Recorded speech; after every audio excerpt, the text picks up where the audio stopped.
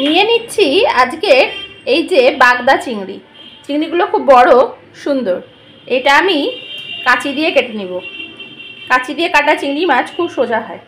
প্রথমে পাগুলোকে কেটে নিলাম সুন্দর করে। এবার মুখের এই সাইডটা কেটে নিব পরিষ্কার করে। এইবার লেজটা কেটে নেব। পেছন দিক দিয়ে এরকম করে কাটবো। কেটে দু হাত দিয়ে এরকম করলেই চিংড়ির মাংসটা বেরিয়ে যাবে। খোসাটা ফেলে দিলাম। এইবার দেখেন এর মধ্যে যে একটা নাড়ি আছে, এইটা খাওয়া একদম ভালো না। এই যে এইটা খেলে কিন্তু পেট খারাপ হবেই, পেটের রোগ হবে। এইটা বাদ দিয়ে দিতে হয়। এটা একদম ভালো জিনিস না, এটারে বাদ দিয়ে দিলাম। মাছগুলো একটা একটা করে সব এভাবে ছাড়িয়ে নিয়েছি। মাছগুলো আমার সব ছাড়ানো হয়ে গেছে। এবার আমি ভালো করে ধুয়ে নিচ্ছি। সুন্দর করে ধুয়ে নিয়েছি। এইবার এই যে পাতিলেবুর রস মাছগুলোতে দিয়ে মাখিয়ে নেব। ভালো করে সুন্দর করে মাখিয়ে নিচ্ছি পাতিলেবুর রস দিয়ে।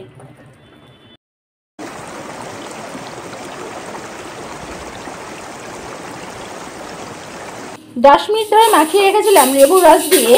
এবার আমি এর মধ্যে দিয়ে দিচ্ছি পরিমাণ মতো হলুদ গুঁড়া। হলুদ গুঁড়া দিলাম। এবার দেব আমি গোলমরিচের গুঁড়া, শুকনো লঙ্কার গুঁড়া, একটু জিরে গুঁড়া দিচ্ছি, একটু ধনে গুঁড়া দিচ্ছি। আর একটা জিনিস দেব, সেটা হচ্ছে আমার কিচেনের এই বানানো মশলাটা। এটা যদি আপনারা জানতে চান যে আমি কি করে বানিয়েছি, তাহলে আমাদের সঙ্গে কমেন্ট বক্সে কমেন্ট করে অবশ্যই বলবেন। এটা বানানো মশলা আমি বানিয়ে রেখেছি, এটা দিয়ে দিচ্ছি। আর দেব পরিমাণ মতো লবণ। এই মশলাগুলো দিয়ে এবার আমি ভালো করে ম্যারিনেট করব, করে আধা ঘন্টা রেখে দেব। মাছগুলো আধ ঘন্টা মশলা মাখানো ছিল। এবার আমি এই টুথপিক মাছের মধ্যে গেঁথে নিচ্ছি। এরকম লম্বা করে গেঁথে নিব ভাজার আগে। মাছগুলো মশলা মাখিয়ে আমি আধ ঘন্টা রেখে দিয়েছি। এবার ফ্রাইয়ের জন্য আমি রেডি করব। আমার একটা ডিম লাগবে, আমি ডিমটা ফাটিয়ে নিচ্ছি।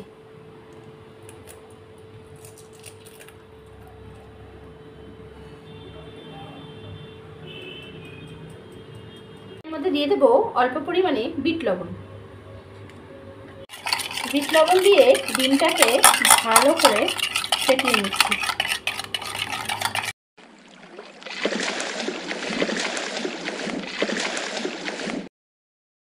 চুলায় আমি কড়াই বসিয়ে দিয়েছি। কড়াইতে সাদা তেল দিয়ে দিয়েছি গরম করার জন্য।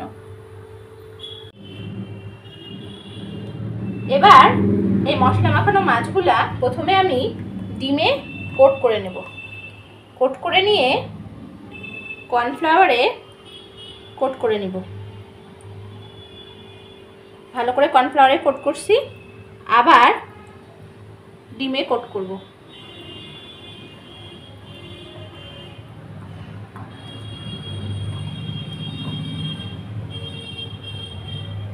এবার আমি ব্রেড ক্রাম্বসে কোট করে নেব।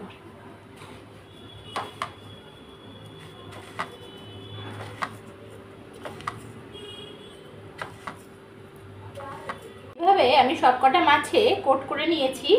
আমার চুলার গ্যাসে বসায় রাখছিলাম কড়াই, তেল দিয়ে গরম হয়ে গেছে, তেল ধোয়া উঠতেছে, গরম হয়ে গেছে। এবার এই কোট করা চিংড়ি মাছগুলো আমি ছেড়ে দিচ্ছি।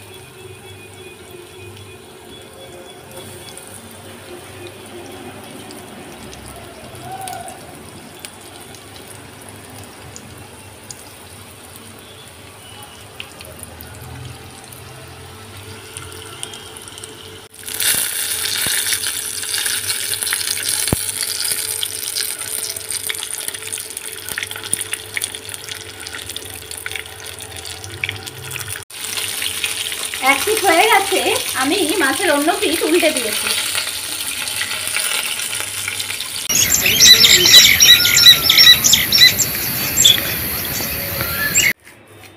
বন্ধুরা, এবার একটা পেঁয়াজ ছাড়িয়ে পেঁয়াজটাকে সুন্দর করে রিং রিং করে কেটে নেব।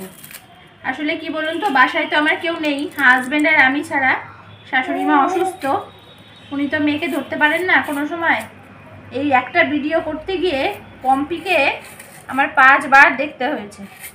ওকে ঘুম পাড়ানো, খাওয়ানো, বোঝেন তো, ওকে কোনো যদি হেল্পিং হ্যান্ড না থাকলে কত সমস্যা হয়, ওকে নিয়েই ভিডিও করতে হয়।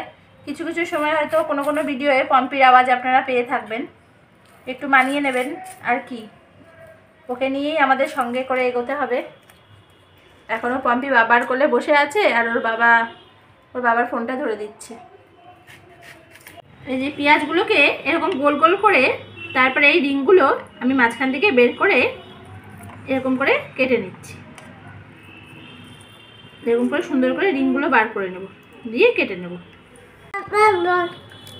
পেঁয়াজটা গোল গোল করে রিং করে কেটে নিয়েছি। এবার এই ধনেপাতা কুচিয়ে নিচ্ছি। ধনেপাতা সুন্দর করে কুচিয়ে নেব। পেঁয়াজের এই রিংগুলোর মধ্যে আমি দিয়ে দিচ্ছি একটু বিট লবণ, আর দেব শুকনো লঙ্কার গুঁড়ি। এই দিয়ে আমি ভালো করে এরকম করে মাখিয়ে নেব।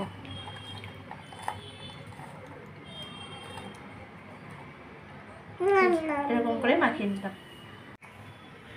রেডি হয়ে গেছে আমার গোল্ডেন ফ্রাইড পন।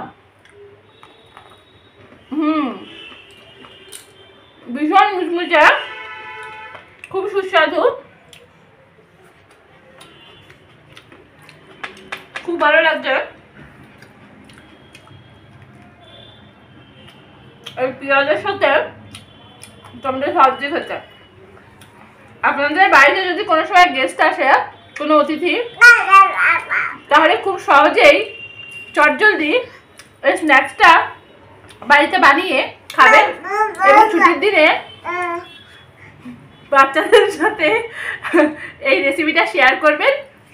সবাই খেয়ে খুব ভালো বলবে। আমার মেয়ে তো ছোটো, আমি খাচ্ছি আর ও কথা বলছে, তো প্লিজ একটু মানিয়ে নেবেন। তাহলে ভিডিওটা ভালো লাগলে সঙ্গে থাকুন, সাবস্ক্রাইব করুন, আমাদের পাশে থাকুন, আমাদের সাথে থাকুন। আজকে এই পর্যন্ত।